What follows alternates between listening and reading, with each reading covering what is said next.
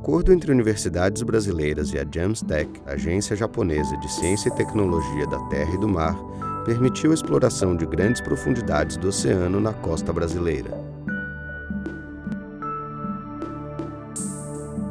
3 anos atrás, mais ou menos, os japoneses contataram o governo brasileiro, que contatou a USP para uma volta ao mundo, que os japoneses estavam programando, e eles iam visitar vários pontos de interesse no hemisfério sul, nos oceanos do hemisfério sul, que são muito pouco estudados relativamente aos oceanos do hemisfério norte, em termos de biodiversidade. Um dos pontos que eles escolheram, ou alguns pontos que eles escolheram, estavam na costa brasileira. Escolhemos as áreas principais de pesquisa que tínhamos interesse, principalmente aqui na região sul-sudeste, que é mais onde a USP atua. Fizemos um acordo de cooperação com os japoneses. Agora estamos analisando os dados que coletamos durante essas pesquisas.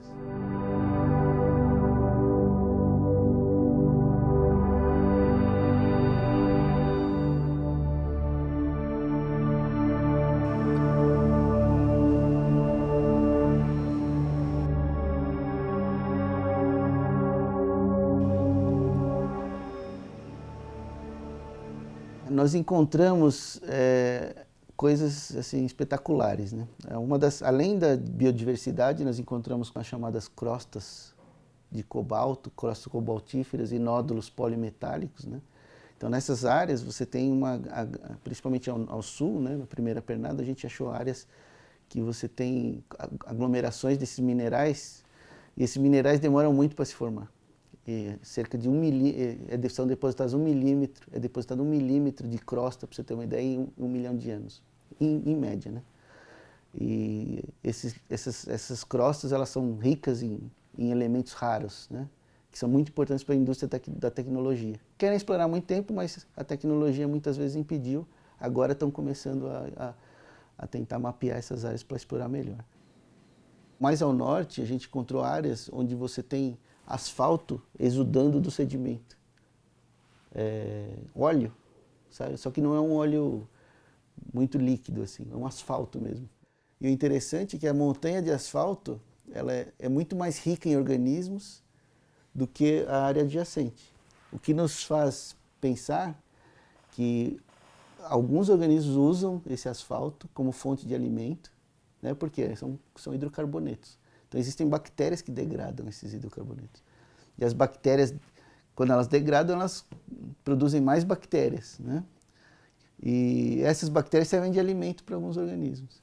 Então esse asfalto, no fim, acaba gerando também uma comunidade interessante, específica, no fundo do oceano.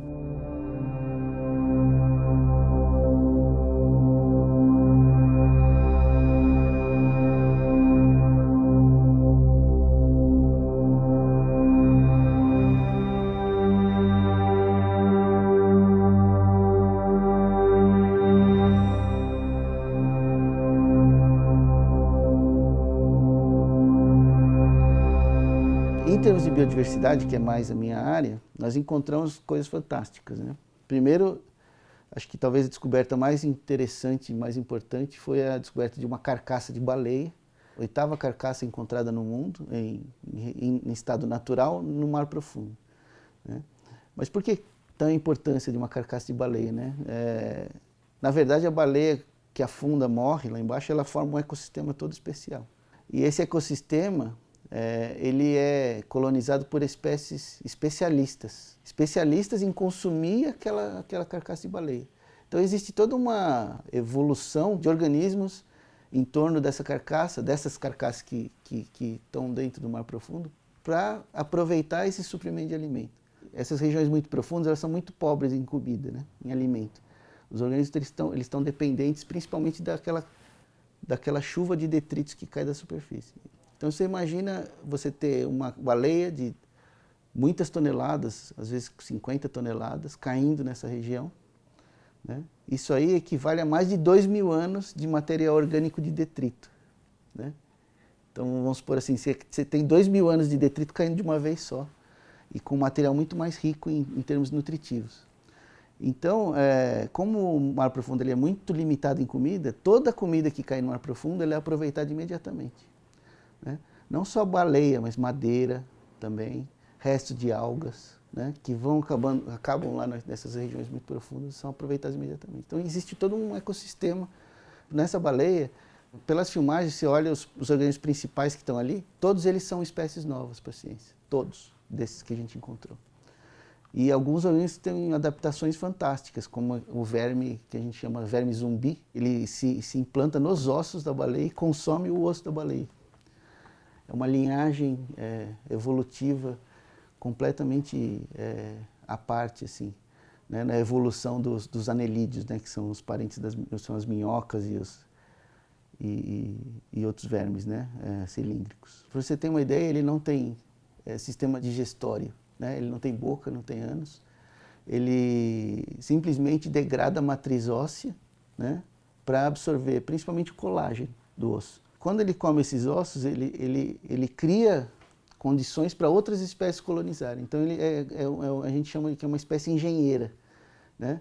É uma espécie que a presença dela influencia não só a colonização, mas a evolução também de outras espécies que vão aproveitar daquele osso também para sobreviver. A gente está muito interessado em como é que os organismos conseguem achar essas carcaças, como eles se colonizam, né? E quais são as relações de parentesco entre os organismos que habitam carcaças do Atlântico, no Pacífico, no Índico, né? Como é que eles conseguem se conectar, né? Como é que eles estão conectados? Quem é parente de quem?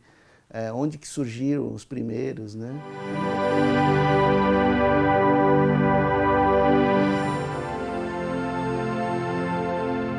90% do mar está abaixo de 1000 metros de profundidade. E vocês sabem que o mar corresponde a 70% do planeta. Então, se a gente for pensar nisso, o mar profundo é o ambiente mais comum do nosso planeta.